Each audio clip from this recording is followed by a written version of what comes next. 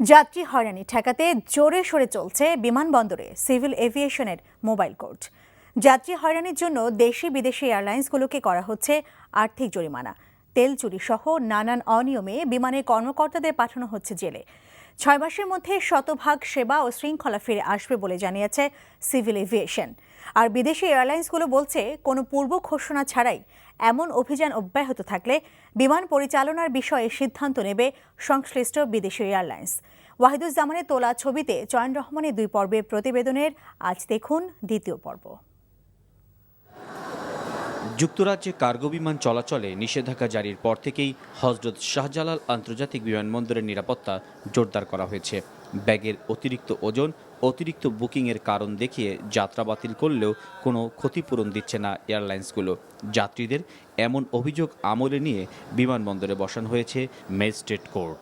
বিভিন্ন অভিযোগের প্রেক্ষিতে গত 1 মাসে Fly Dubai, Air Arabia, Saudia, Qatar Airways ও টার্কিশ এয়ারলাইন্সকে বিভিন্ন আর্থিক জরিমানা করা হয়েছে।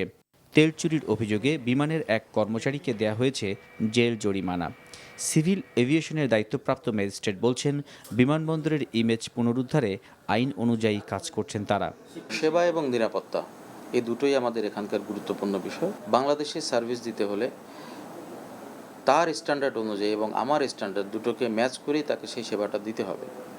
তারা অন্যান্য এয়ারপোর্টে যে সেবাটা দিচ্ছে সেটাও যখন বাংলাদেশে দিতে চাচ্ছে না, তখনই আমরা আইনের আওতায় তাদেরকে বাধ্য করার চেষ্টা করছি এবং আমরা অনেক দূর এগিয়েছি। বিদেশি এয়ারলাইন্সদের সংগঠন বোর্ড অফ এয়ারলাইন্স রিপ্রেজেন্টেটিভ বলছে, কোনো ঘোষণা ছাড়াই এমন অভিযানে বিব্রত তারা।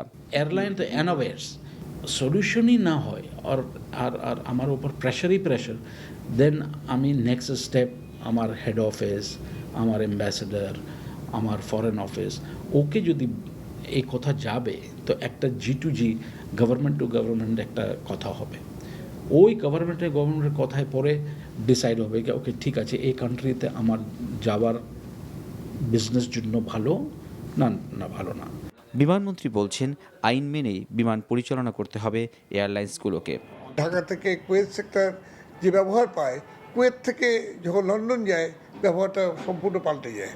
সেটা আমরা বলেছি যে এটা হবে না, কারণ এরাই তোমাদের রুজি দিচ্ছে তখন এই লোকগুলোকে যথাযথ সম্মান এবং সেবা তোমাদের দিতে হবে। সমাধানের জন্য সিভিল এভিয়েশনের সাথে খুব শিগগির বিদেশি এয়ারলাইন্সের বৈঠক অনুষ্ঠিত হবে বলেও এ সময় জানান বিমানমন্ত্রী। চয়ন রহমান, NTV নিউজ, ঢাকা।